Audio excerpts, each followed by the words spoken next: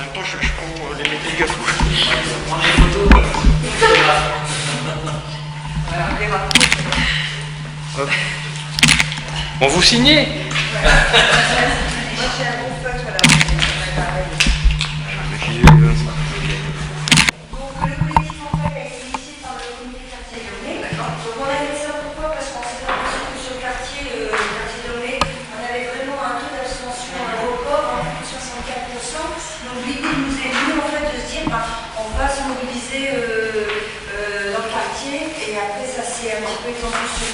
Sur ça, qu'est-ce qu'on peut faire pour que les gens aillent voter.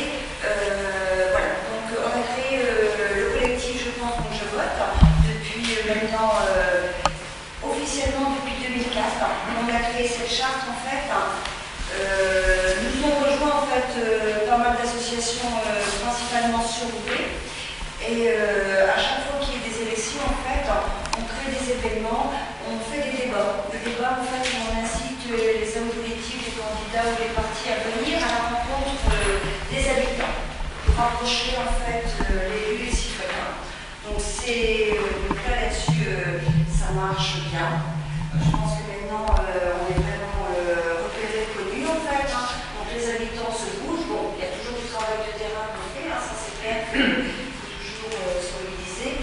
Et là pour les législatives, étant donné que nous on est sur la 8e, on devait trouver aussi d'autres partenaires au niveau de la 7e, et ça s'est bien fait en fait comme ça, effectivement, qu'avec le VAL, qui est sur la 7e, on puisse travailler ensemble, et avec aussi, en étant aussi s'étendre hors Roubaix. Puisque vous avez d'autres associations en fait sur la 7e circonscription qui adhèrent à votre charte, ou pas, pour l'instant, VAL et la première. Oui, c'est ça, VAL et la première, tout à fait. Le VAL et la première, et aussi on a Philippe du comité de quartier des Trois Ponts, qui lui aussi est sur la 7e, d'accord, et qui nous rejoint également au niveau des législatives, en fait, pour travailler ensemble et pour créer en fait des débats, des lieux de temps genre, et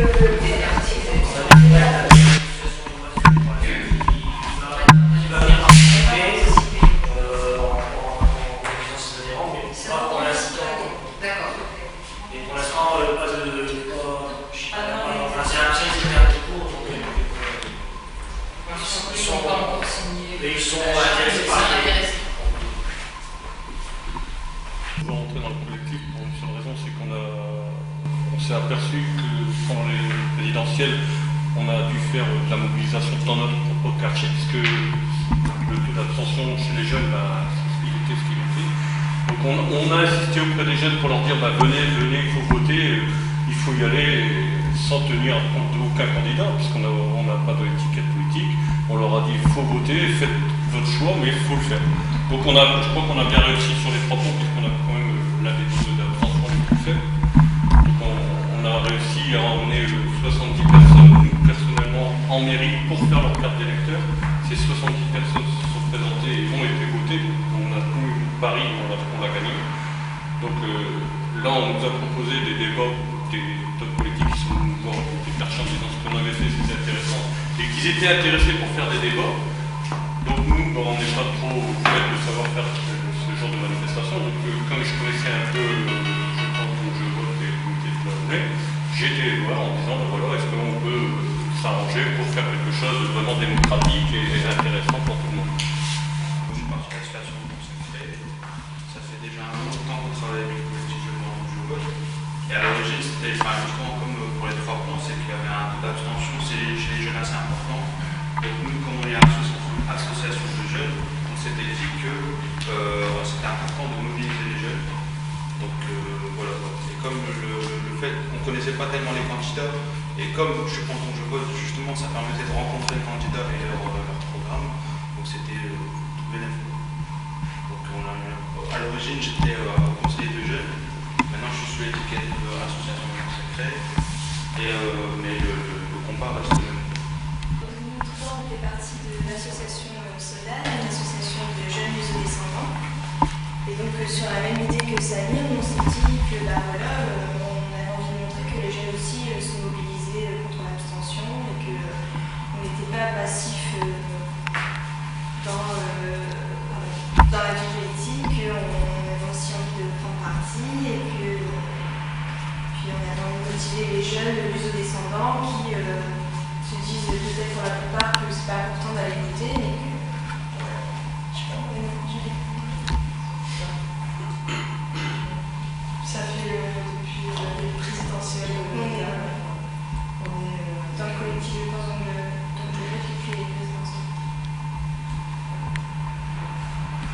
avez eu un vrai écho justement du côté des jeunes. Vous êtes content du résultat de votre...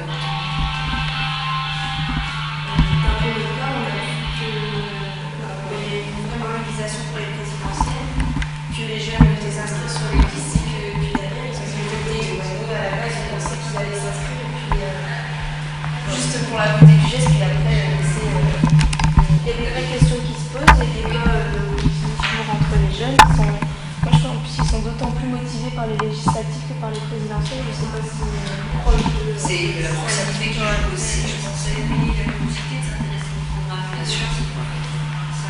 La proximité des candidats aussi. Nous, on l'a ressenti surtout au niveau du quartier, puisqu'il y a eu une grosse mobilisation.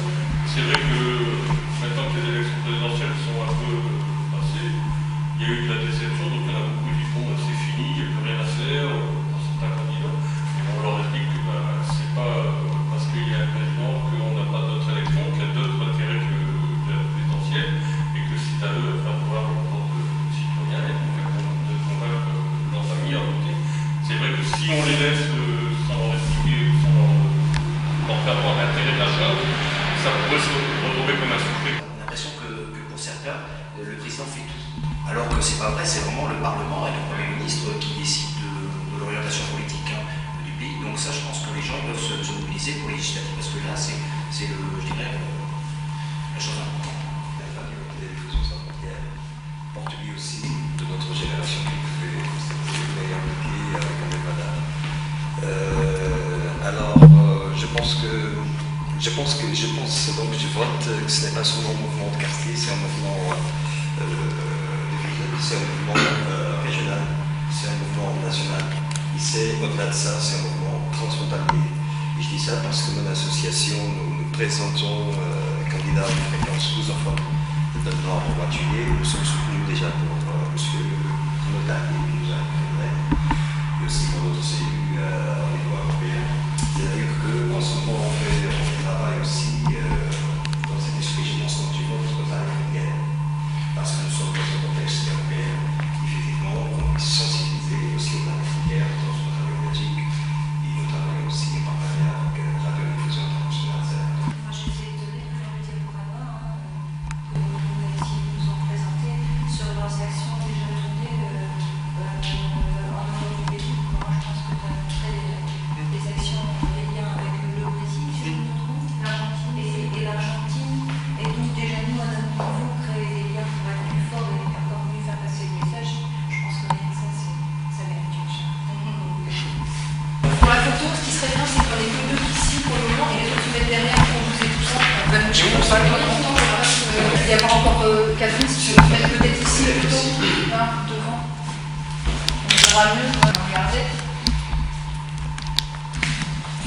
Et en souriant, hein, vous signez. Donc chacun va signer tour à tour, c'est ça?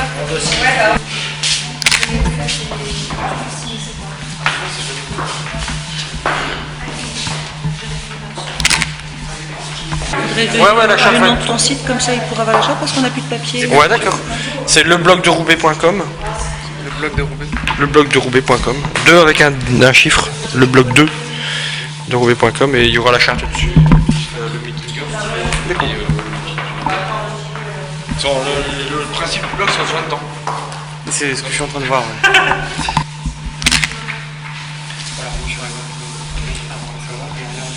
Ouais, c'est ça. C'était le restaurant de la Buissonnière, on a fait ça. C'était le 10 ou 11 mai. C'est ça. Non, pas du 11 mai, 11 avril.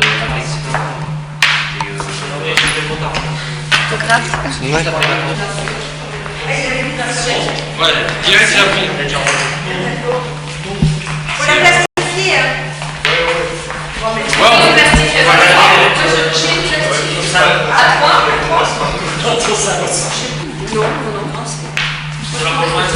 Pour l'association. Jeudi soir, t'avais dit. Mais si tu veux avant. On peut regarder, ouais. Bah tiens, fais-nous une conclusion de la journée. Une conclusion, alors là, moi je suis contente de créer des liens entre les gens et de montrer une forme de solidarité au sein d'une même agglomération. Et je pense donc que je vote. Merci. Que ça continue et puis peut-être créer des liens avec les jeunes aussi, les associations jeunes.